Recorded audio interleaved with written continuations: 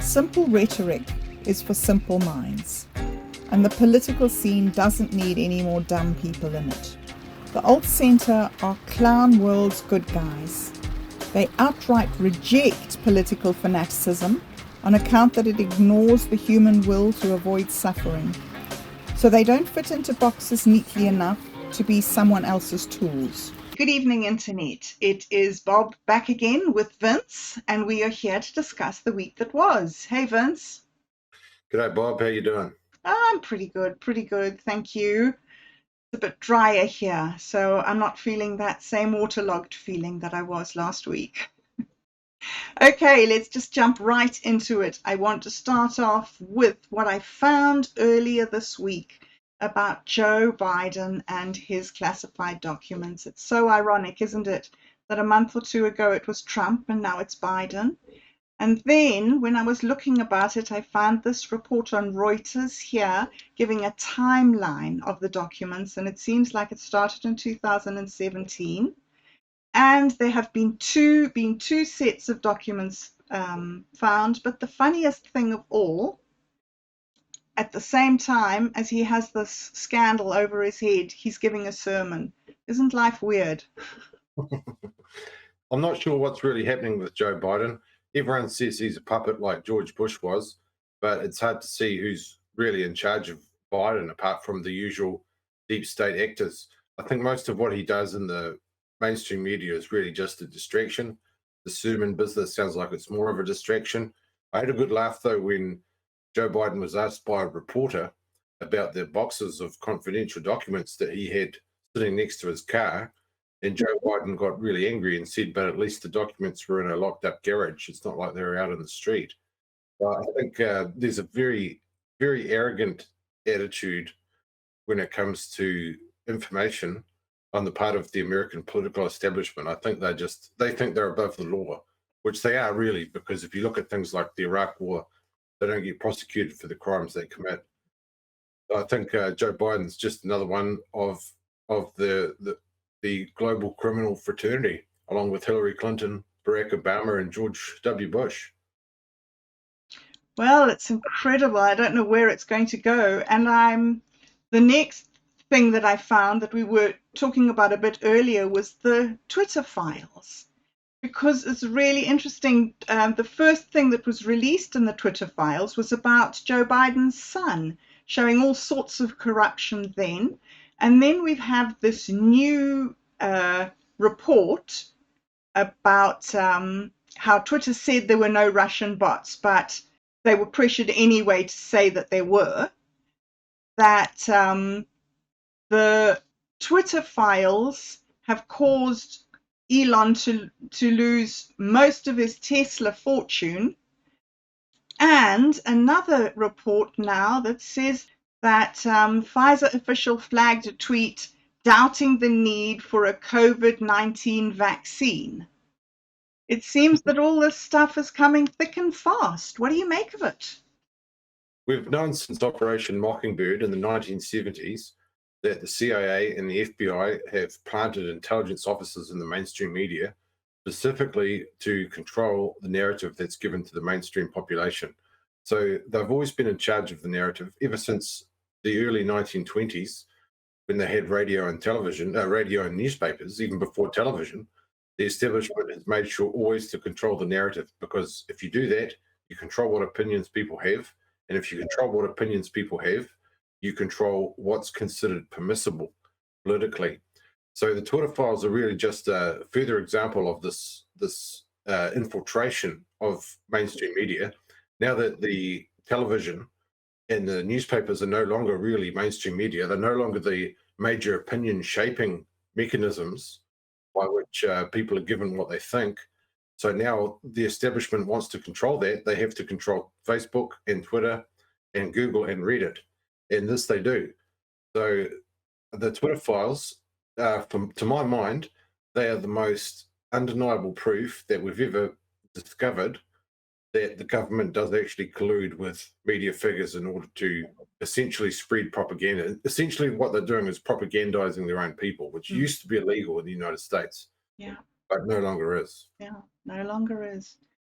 So it's quite something to see how the world has just turned, really. I mean, yeah. Okay, so do you think that there is more to come out on Fauci and COVID, or what do you think is happening There's a there? huge amount to come out, in my opinion. And I believe this because of the aggression with which the government is trying to censor alternative narratives. Like you saw with the Twitter files, the government they were pressuring Twitter to censor anybody who even mentioned Fauci or the COVID vaccine at all.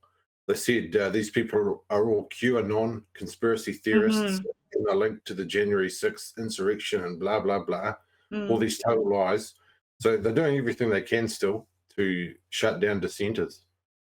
mm, mm. Oh well, let's see what this new week brings. Okay, I then found another really interesting thing about eggs. So when you go into a supermarket now, you might see that there is a bit of an egg shortage. So not many eggs on the shelf to buy, not free range, not organic, nothing. So you're struggling to find eggs. Supermarkets are going to tell you this is because of avian flu, which, to be fair, there has been a lot of cases of avian flu. But you want to know the real reason why there's an egg shortage? It's because the supermarkets won't pay the farmers for the eggs. And then I saw this on the internet that says that it's happening in America too. So that first guy is England. This is the post about America.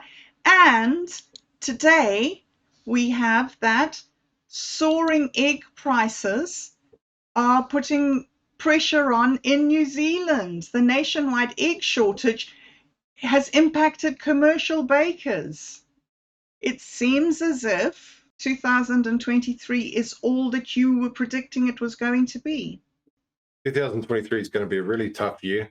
You can see with the egg shortages, it's also happening in Japan and Australia. And Australia is somewhere you don't expect there to be food shortages. And I think you can see that other foodstuffs are becoming rapidly more expensive. A friend was telling me today how much he had to pay just for a watermelon. He said one watermelon just about broke his food budget for the week. So I think what we're looking at in 2023 is sharply accelerated inflation on food in particular. And that's brought about by many reasons, not only the war in Ukraine, but also rising fertilizer prices. And what Emmanuel Macron said was the end of the age of abundance. Much as I don't like Emmanuel Macron, and I think he's a globalist liar, I think he's telling the truth when he says that we are at the end of what was an age of abundance because we had such easy access to petrochemicals and thereby such easy access to fertilizers that would grow a lot of food. And now that we're running out of petrochemicals, it's hard to get hold of those fertilizers.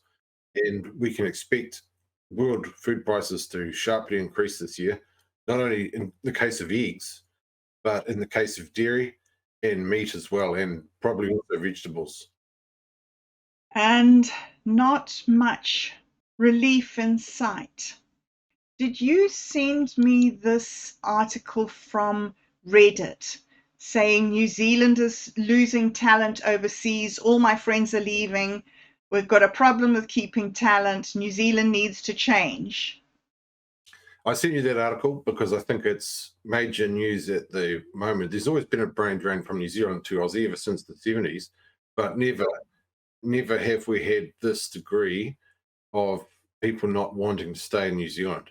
It seems like people are giving up on New Zealand at a rate that's never existed before and taking off. Like a lot of people are saying that if you've got a postgraduate degree of any kind, then New Zealand is just never going to pay you a fair global market wage.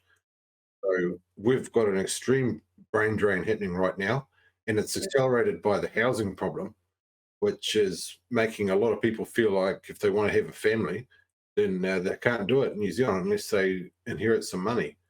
So people are moving to Australia. People even moving. I've heard of people moving to Southeast Asia now, moving to Thailand because it's easy to rent a house there. They just have to stay there for 9 months of the year, and then they go back to New Zealand for 3. And it's still much cheaper than living in New Zealand for the whole year. paying $500 a week rent just for a very small place. So I think the housing situation in New Zealand now is so acute that we're going to start seeing extreme adaptations to it. And I'm not just talking about not just talking about immigration, but also homelessness, because from what I've been hearing, the state of homelessness now in Auckland and Wellington is it's never been this bad. It's never been close to this bad. So I think the housing situation is we're gonna see some pain from that this year, along with the increasing inflation in food. Well, it's getting worse, but to end off today, let's talk about something that could make things look a lot better. And that is that high-end cannabis retailers are delivering the next frontier of pharmacy. Tell us, catch us up to date with what is happening. In the last month, I think it was 7th of December last year, a wide range of THC-based medicinal cannabis products were made legal for GP approval. So they don't have to go through the Ministry of Health anymore, any of this nonsense. GP can simply prescribe a medicinal cannabis product and you can pick it up from the pharmacy. So I recently, just a few days ago, got prescribed some THC oil, which I expect is going to be of immense benefit to me in the future. And I should be able to pick that up from my local pharmacy on Tuesday. So things are changing immensely fast when it comes to medicinal cannabis in New Zealand. I think you can say the dam has burst, and people in general are no longer pretending that it's not medicinal. So we're seeing some big changes. I think that'll be one of the big positive stories of 2023. Will be the number of New Zealanders who take up medicinal cannabis, which will not only benefit them for the conditions they suffer from, but will also allow them to take fewer pharmaceuticals with their bad side effects. Many people who are taking antidepressants complain of sedation, complain of certain other physical ailments as side effects from the antidepressants, and it's believed that the THC won't have those. So it promises to be a really interesting new area of life, really, for people with certain conditions. Isn't it interesting how bad times and good times come together? Yeah, well, that's the lesson of the yin yang symbol, the taijitu, and the same with the quadrijitu. It always, no matter how bad something is, the badness of it means that there's pressure to create goodness somewhere, even if it's small. It exists somewhere. It exists somewhere. Yeah. Well, I have been dwelling on your advice from last week to make friends with death. And I must say, I think that's one of the best pieces of advice I've ever had. Yeah, well, the THC can help you out with that, so it might help you get a prescription. I might have to think about going and getting a prescription. Oh, well, Vince, that was the week that was. Yep, cheers, Bob, and cheers, Internet, and I'll see you again next week. Alt-centrism is more a matter of wisdom than intelligence. As such, it does not attract followers on the basis of education or ideological fashionability.